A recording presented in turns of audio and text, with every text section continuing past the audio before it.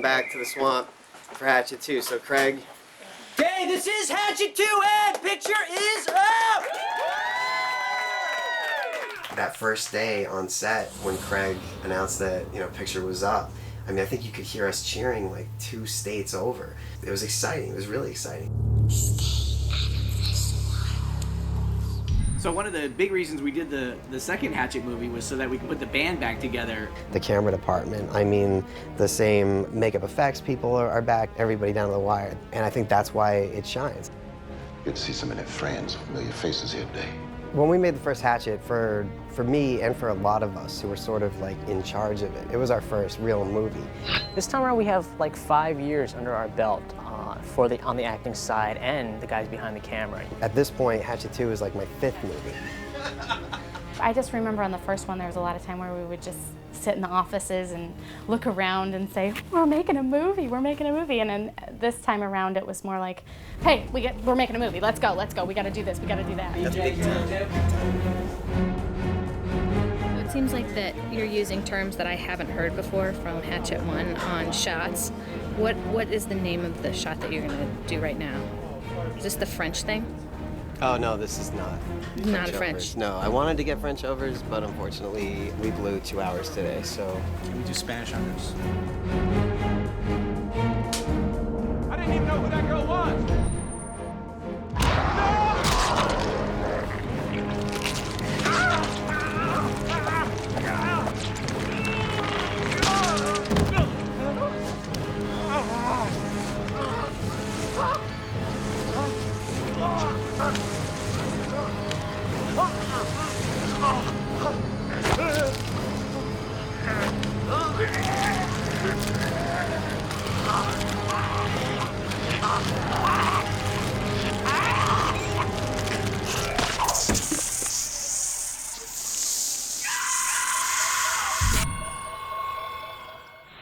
One of the criticisms that Adam got with the first film is that there just weren't enough kills. Easiest way to raise the stakes on a sequel, like what was the body count the first time? Okay, let's double it. And we didn't just double it, we almost tripled it. Oh! Oh, we died already.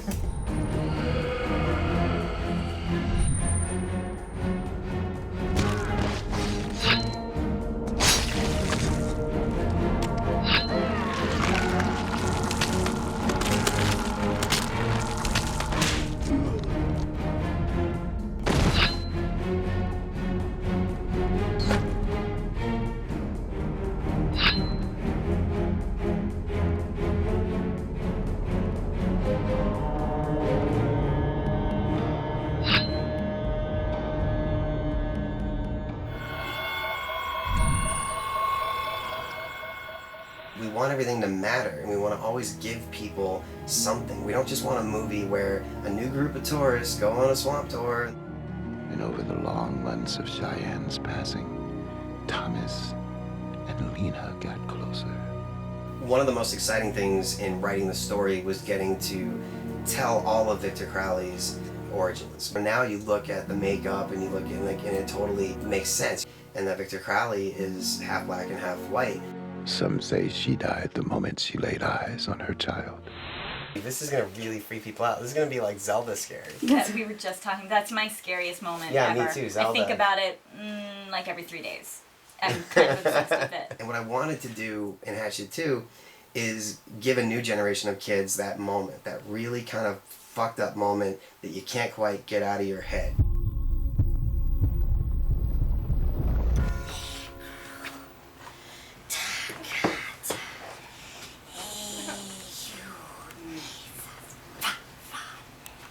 Una dolama eunisas. Una dolama eunisas. God. Wow. She cursed the baby and everything, and he grew up to be a very unfriendly guy. All right, we hear you, Vernon. It's funny.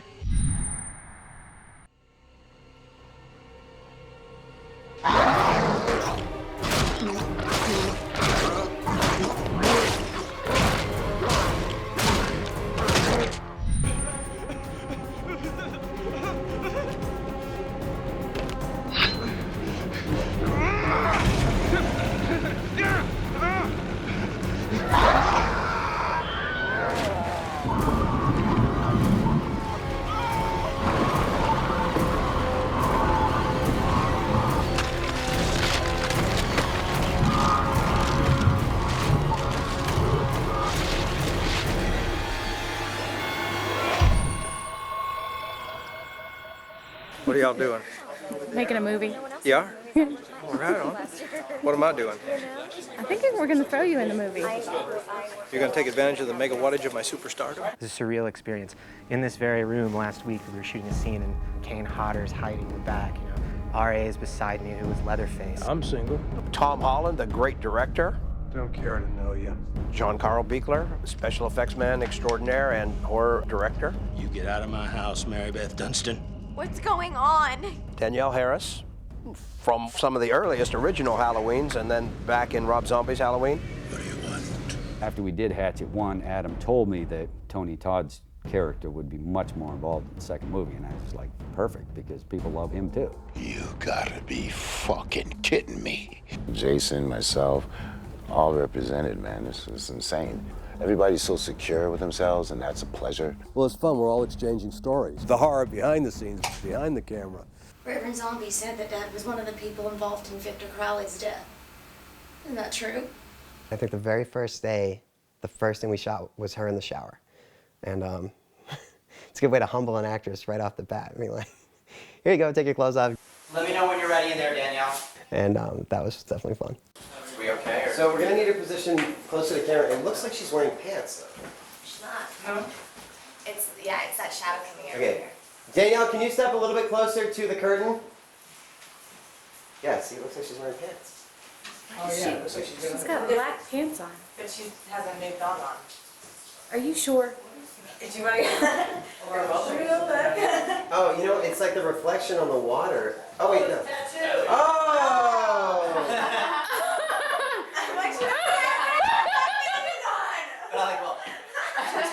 We're like, why is she wearing pants? Is it on the other side? Can she turn around? Do you want to cover it? She's just got to get dried off. What happens if you turn around? There you go. There we go. She is a very talented actress, and you know, I think was the perfect choice when it didn't work out for Tamara to do this movie. She's a legend like the other legends that we have in the film. For anyone who's seen the story of the first one and the whole Dee Snider thing and how the first movie got made, thought it would be cool to have a Twisted Sister shirt on Mary Beth. I think Mary Beth would rock out for the glam medal. Maybe Mike. Adam told me that she was going to play that role, and I was really happy because I knew she would bring it. It's not an easy role. She's crying through half the movie because you have to remember the Hatchet II picks up from the very last frame of Hatchet I. I'd originally read for Hatchet I. But then somebody brought up, okay, so you got Kane Hodder, you got Robert Englund, you got Tony Todd, you got Josh Leonard, you got Mercedes McNabb, you want one more horror person in this? I was like, God, you're right. 5 years later, we're getting ready to make the sequel, and it's becoming evident that things are not going to work out with Tamara. And there I am calling Danielle saying, hey, what do you think about doing Hatchet II? And I think the first thing she said to me was, admit you were wrong. So I kind of bust his chops a little bit about that. I was wrong. She's like, I'm in. The essence of the character of Mary Beth is definitely there with Danielle. But I am gonna bury that hatchet deep into his fucking face. Yes. Hey, I was thinking it would be cool have you ever been in a harness? Quickly get in the harness. We'll put you on the deal. You're trying to hang me up there and go to lunch. That's what you're doing. Why would I do that? Guys, no, you know what? After lunch, let's do that. Okay. So we're good here then? Yeah. Okay. Okay, that's lunch for a half, everybody. Lunch for a half. For most, if not all, of the features that I've made at this point, I've had a very close core group of friends and family that are my crew. He was going to hang Green up by the airplane wire and leave him there for lunch. These were the same people that did the first one, and it was fun to sort of step back into it and pick up right where we left off and sort of finish what we set out to do. Except somehow he totally figured it out. I'm not really sure. Andy Garfield has been my composer since before Hatchet. I can't wait to write the music for the voodoo chanting I'm going to do. Oh, it's going to be the choir and everything. Oh, that's great. It's going to be badass.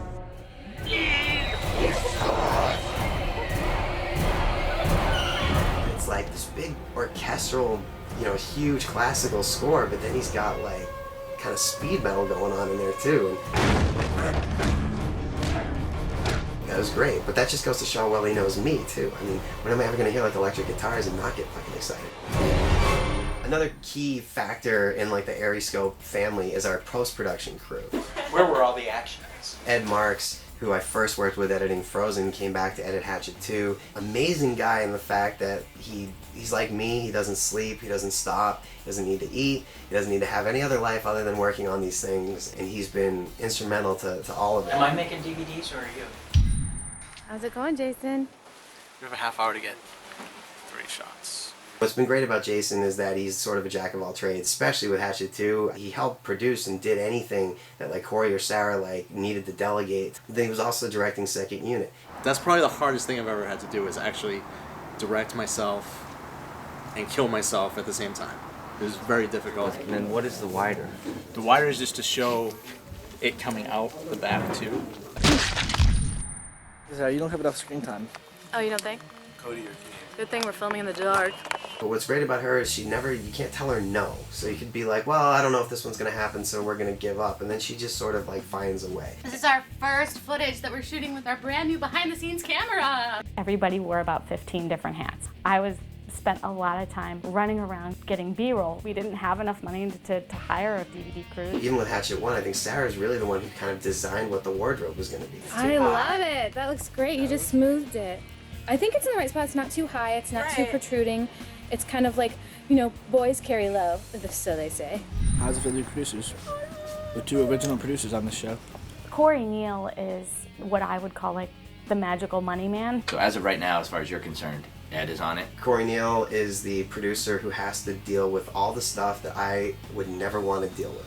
This set called 10 a.m. is... And somehow does it with a very mild manner and is always just cool to everybody. And I think that's one of the most important things to have as a producer. We should blame you because everyone just likes to blame producers. I don't care. Corey takes the most amount of shit in this group because he's the producer and he's the one in charge. I need to do a topless body check on you. Topless body check. Actually, nobody wants to see me topless right now. Oh, I haven't been to the gym since November. I can't even tell it. I can't tell a difference. Literally November. Can't tell a difference. See what I do for you? Craig has been a crucial part of this whole team since we made the very first Hatchet. Note to self, when I get the Academy Award for Hatchet II, thank Craig. I don't think I'm going to get one for this. I'm throwing it out there. You never know? Yes, sir. Let's go. Let's go! Most ADs, they're the bad guy on set. They're the ones barking out all the orders. Okay, we need about 10 minutes. But when you can do that in a way where people still like you and are excited to do what you're telling them to do, that's a real skill. I know, I'm using my own phone as a production phone right now. This is my personal And your phone. computer, right? And my own computer. And my camera. We're shooting this with my camera. I was wondering if you were going to shoot it on that, though. Yeah, we should. All right, ready? Places. Yeah, it's all and about the action. Will's probably the most talented and versatile director of photography that I've ever seen. And can I take them like this and kind of get a horizontally thing from? Because they're going to come at us, and they're all going to kind of cross the lens. He can do anything, and he does all of it with a really happy and fun attitude. It's a pickup. It's really no secret that I couldn't do anything without Will. I was really excited to have my buddy BJ McDonald back on camera for this one, and he's just so much more than just a camera guy. He comes every day with a bunch of his own ideas, and he's been such an integral part of especially Hatchet. I gave him a credit up front in the opening titles, which camera operators don't really get anymore. I think not since really the 70s. It's very rare. I love working with Adam and Will and Corey and Jason and Derek now. Dark Sky fit in great. We love working with them, and they just kind of let us do our thing, and I think that's how we work the best. We will definitely commit, resources and personnel to make sure that this is as big a release as possible. What I really liked about Dark Sky was these guys got that I only wanted to make Hatchet 2 that was going to please people who liked Hatchet 1. And not a lot of places would do that. Most would be like, how do we broaden it out this time? There's some people that didn't like the first one. How do we win them? How do we get them in? They didn't care. And I think that's pretty awesome. You can't have a phone on. Did you hear anything? Hey, Green. Nothing. Right over his head. Hatchet 1 sucked. The sequel's a mistake. Did you hear any of that? What? Well played, young Green. I'm just kidding. I said I didn't like Hatchet, I did like Hatchet. He said the sequel is a mistake. Hey, somebody joking around out there. This shit ain't funny. I will shoot you in the head. Then something moves over there and you gotta turn around. And you yell again, show yourself, and you blow your fucking head off. And then something moves over here and you turn here. Last word. Just who is it?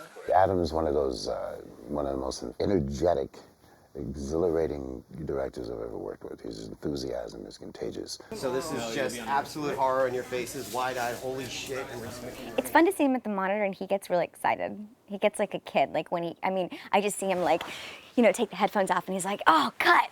Oh, so good. Cut! Yeah! Woo!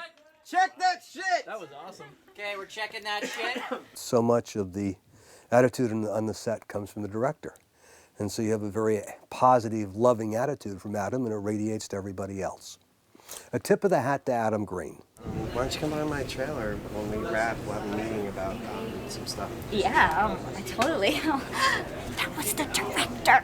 Even if we're in a dark movie, serious things, we still have fun, we still laugh, and he's just a very, very talented guy, and I'm really happy that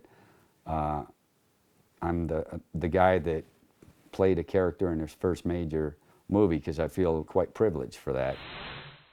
Oh, tell me you love me. Roll sound. Sit. And action. I love you. I love you. I love you. Yeah, you do. Clear? Swing. Alright, that was fucking sweet. 3, 2, 1.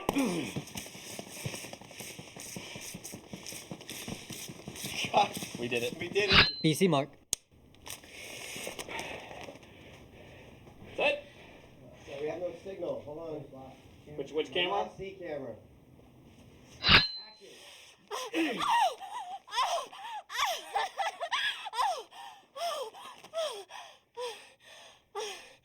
Come on. Oh, come on. What? You didn't fall asleep on me again, did you? Oh my God!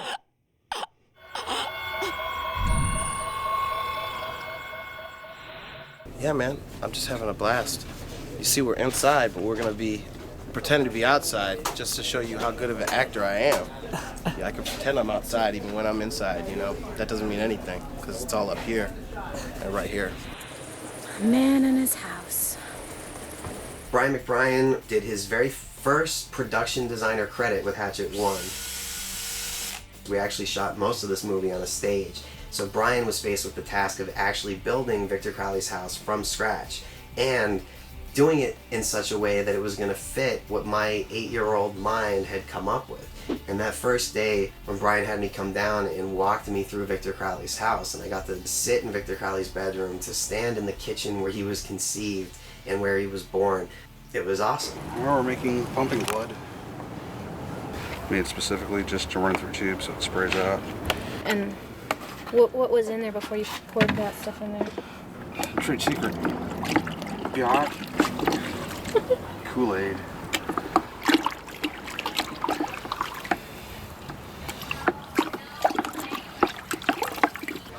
You want to sip it?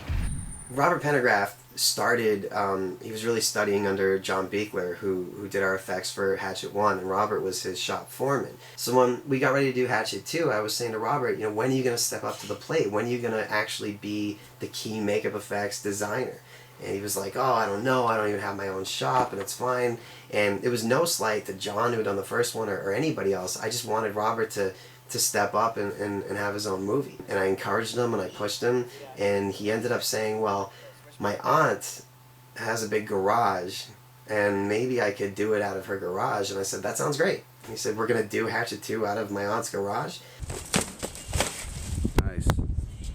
Of course we're going to do the effects for Hatchet 2 out of a 90-year-old woman's garage. Where else would we do it? Everybody, Robert, fucking... Yeah.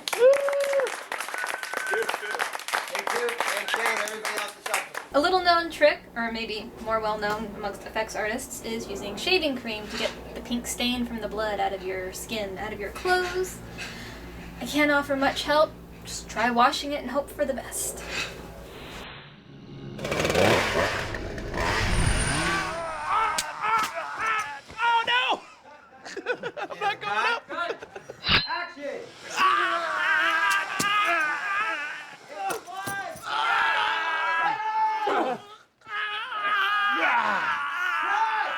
Cut! Let's bring him down. Bring him down. Mark. Remember the picture's right here, guys. If you're looking at them. I will cue blood.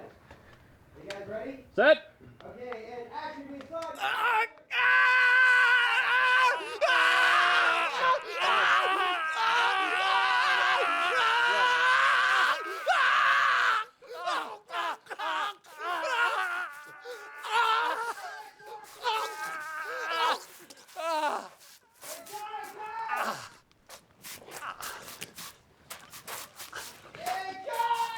And we're cut. Yeah! 2, 1, go! 2, 1, go!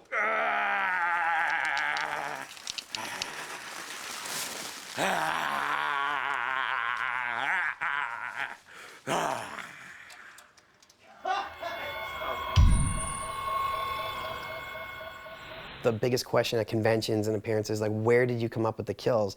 But that's almost like, where did you come up with anything? You know, it just sort of happened. So disturbing.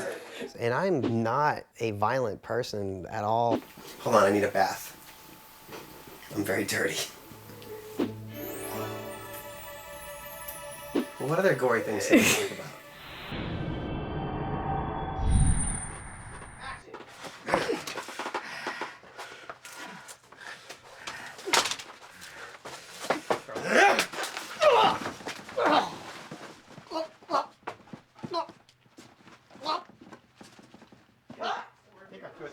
Garbage. That's fine, dude. We'll do it a couple times. Don't even worry about it. He's gonna kill me!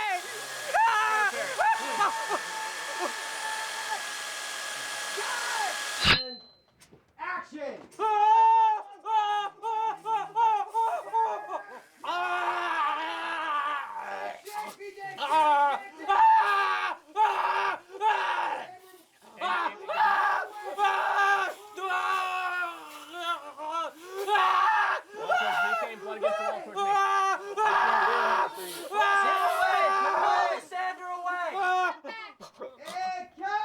Again, Perry's gonna scream for 4 seconds. When he stops screaming, Robert stops spraying blood, Kane pulls away, and I'll say go get him, and he brings it back. Here we go.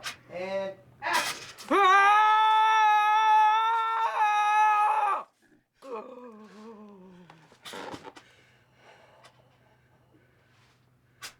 Go get him.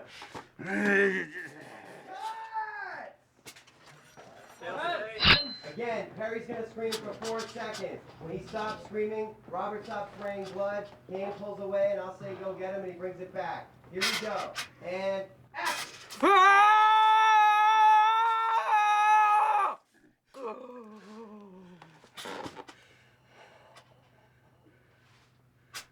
Go get him.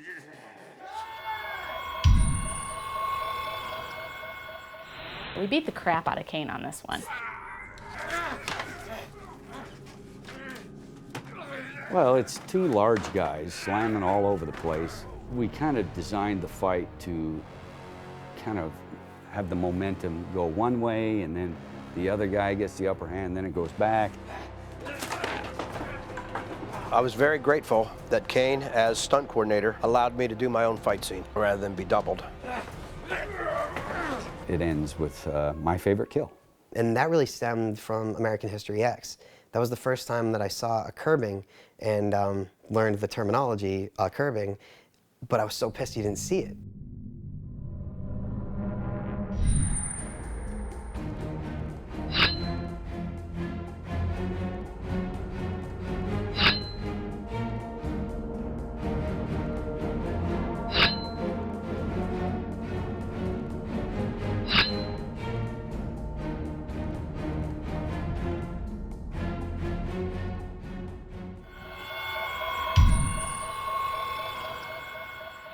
Come on, you hatchet-faced fuck!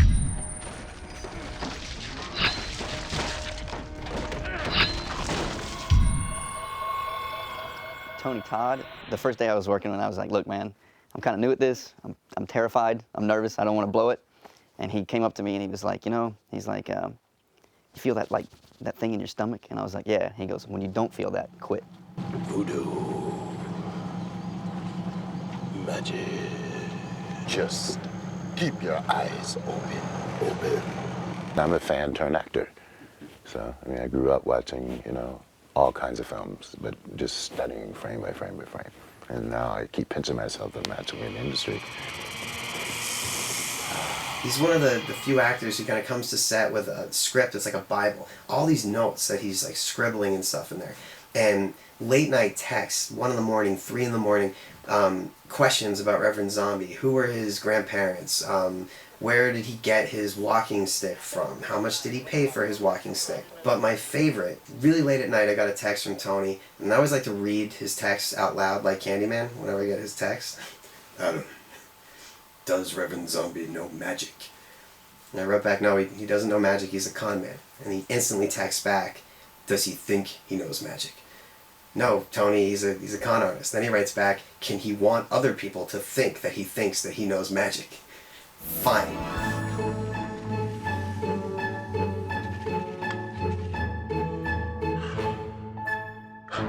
And that's where so many of those great Reverend Zombie things come from now.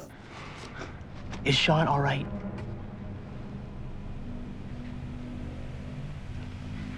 I don't know. I can see why this guy works all the time. When were you gonna tell me that your brother didn't bring the boat back? You didn't? It's great to, what I call play tennis, you know, with him just riling back and forth, you know, and giving and taking. Sean didn't bring the boat back last night. And finding things that are, you know, beyond the page. Am I hurting anybody?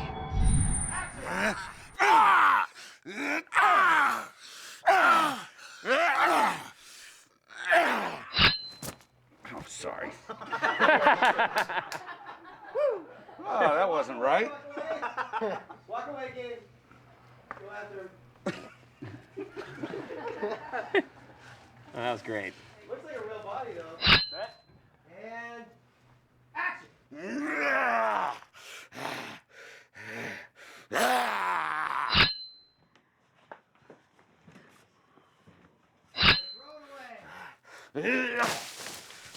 Alright, here we go.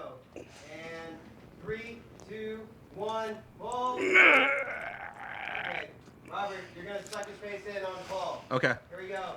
And 3, 2, 1, roll.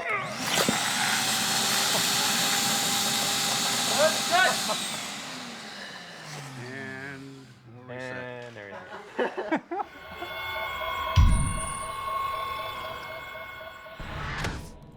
I went into this business to be a stuntman, and I didn't think I'd ever really do any, you know, dramatic dialogue acting parts. You killed my son. Once he gave me the shot to do a little bit of emotional stuff in Hatchet, you know, floodgates opened and everybody wanted me to do more serious acting, which I've never been trained as an actor at all, no acting classes or anything. I could always see it. Even just watching him play Jason and some of these other characters he had done in makeup, there's an actor there, and he's phenomenal. And I love that people are seeing that now.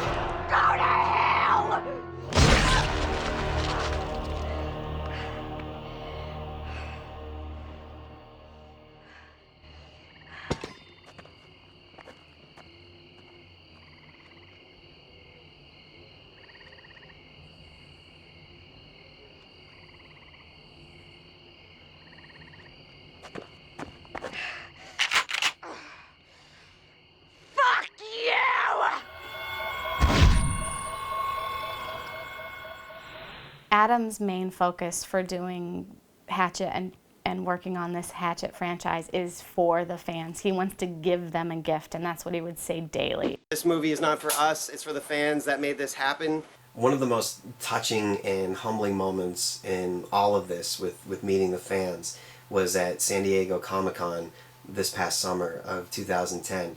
I was doing a signing for Frozen, and a lot of Hatchet fans came through the line, and I think because San Diego has a lot of military base there were a lot of different soldiers that came through, each with their own stories. And one in particular told me a story about how he and his 3 best friends had just come back from their second tour of Iraq. And he told me that almost every Saturday they would watch Hatchet, and they were just into slasher movies. It was their favorite movie. And for a while they could laugh and sort of enjoy themselves, even though they were living through a hell over there that most people would never understand. One of them did not make it home, but the other 3 did, and he just wanted to tell me that on October 1st, when Hatchet II was going to open in theaters, that they were bringing their fallen brother's ashes with them to the same theater so they could all go watch it together. And when you hear a story like that, it makes everything worth it. Cut! Woo! I think I'm gonna live forever!